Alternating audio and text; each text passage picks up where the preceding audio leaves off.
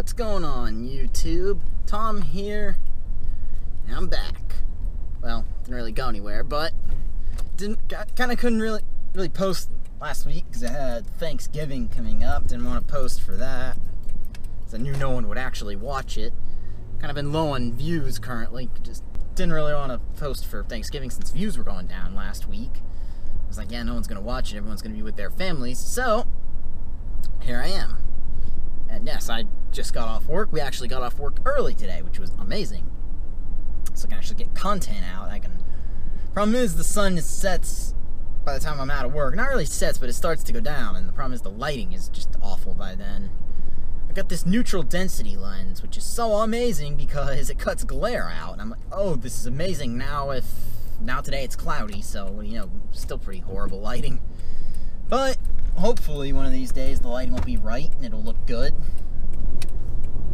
But I got a neutral density lens, a polarizer, and another UV lens. It came in a set on Amazon for 15 bucks. I was like, I can't beat that. Learn how to use all this stuff, so that'll be pretty cool. And I also bought kind of like a little, what's it called? I guess a hood type thing. It goes over your lens and reduces glare. All that is because I plan to start using the GoPro as the camera for Instagram. I'm trying to step up my Instagram game. I noticed all of the big Instagrammers use like a DSLR camera, so I can't really afford one right now. So, till then I will be using the GoPro, but I assure you the GoPro takes actually, I wouldn't say better, but it takes pretty good pictures on a slightly better level than the smartphone. So either way, you're not already, follow me on Instagram. So while we're on the topic of Instagram, off to the main topic of today's video, the Mustang once again. And as you know, it's coming. It's at the point now where I can't even change my mind. I feel like I've committed to too many people that I've been saying, I'm gonna have a Mustang. People are outright accepting it.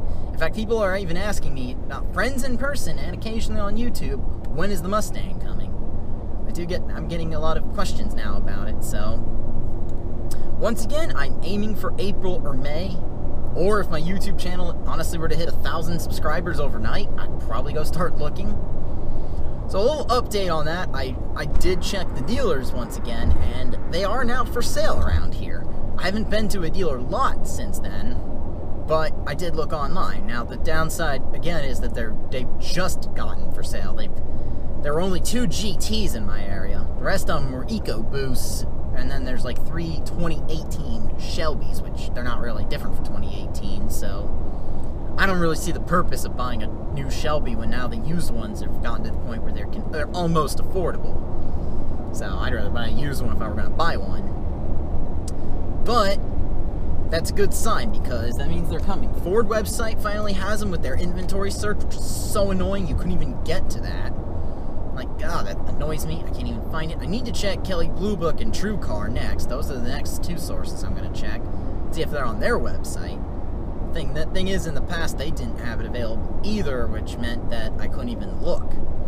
Can't get price data. And the thing right now is I'm waiting for the price to come down just a hair before I buy it. Because right now, I could buy a Race Red GT Performance Package with a manual for just under 40, which I'm like, that's not a bad price, but then the problem is it's a 300A.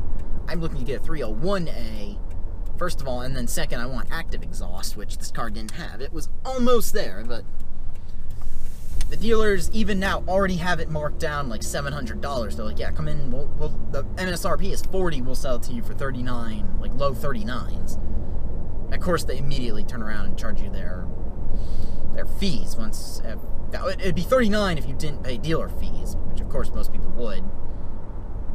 But yeah, like I said, I'm waiting for the prices to, A, they'll probably generally come down, like dealers will just start marking them down completely.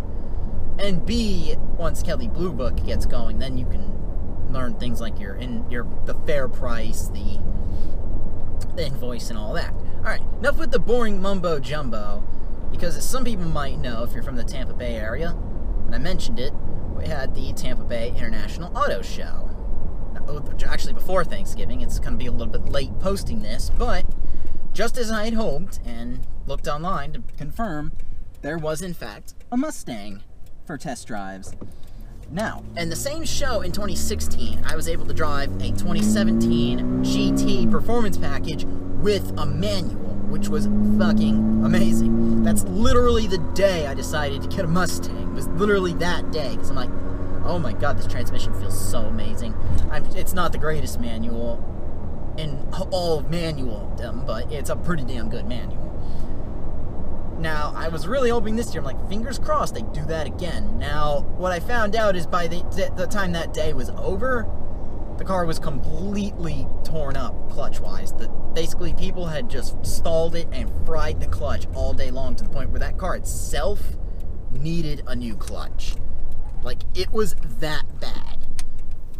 So, needless to say, Ford changed their mind on that one. They did not do that again. Which I thought was kind of funny, like, wow, so people just tore the clutch up. So, I attempted to take an Instagram video for a startup, but the noise turned out horribly. I'm going to go ahead and put it on screen now, just so you all can see what I was talking about. Oh, that sounds amazing. Yeah, and as you can see, it was vertical, because like I said, it was made for Instagram, but it didn't happen that way. And ended up, the sound wasn't that great in it. But in person, holy shit, that active exhaust sounds so amazing. There is no doubt in my mind right now that I am going to be getting active exhaust on this car once I finally get it. There is literally no doubt, and I mean literally. Oh my god. We got to drive through a tunnel. They specifically, the Mustang route was different than all the other routes. That thing screams. That car's a screamer. In that tunnel, it was legitimately pretty loud. Like, borderline hurting your ears loud. And that was only in normal mode. I even said to the guy, can I put this in track mode? He wouldn't even let me.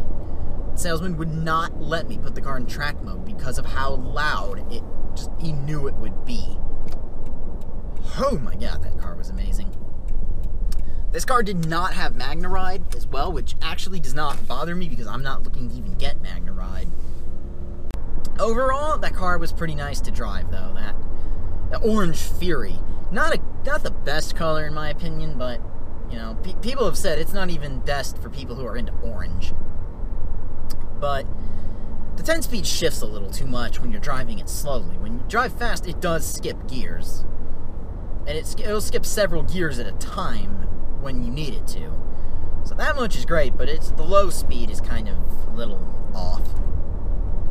Although, it still felt nice. And I like the Mustang because unlike the Corvette that I rode in with my dad's friend that time, the Z51, the Corvette really jerks you up to speed. When you punch it, it's like, oh, wow. Gives you that punch. The Mustang, and this was in comfort mode, so it wasn't like it was going to do anything harsh anyway. It gently got you up to speed. I like it, and it still felt fast.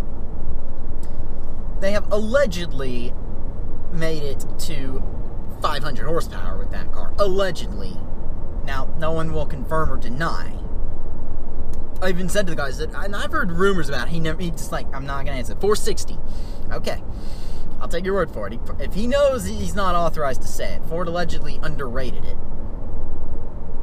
Now, I'm going to have to do some research. People might also be putting 93 octane in it.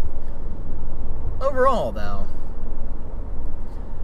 Yeah, one more thing about the active exhaust, though. And I was actually talking with the guy about, I was thinking, well, I might put an X-pipe in it and get a resonator delete. I've been thinking about that. I was actually researching it the other day. Because basically the exhaust setup, the catback is...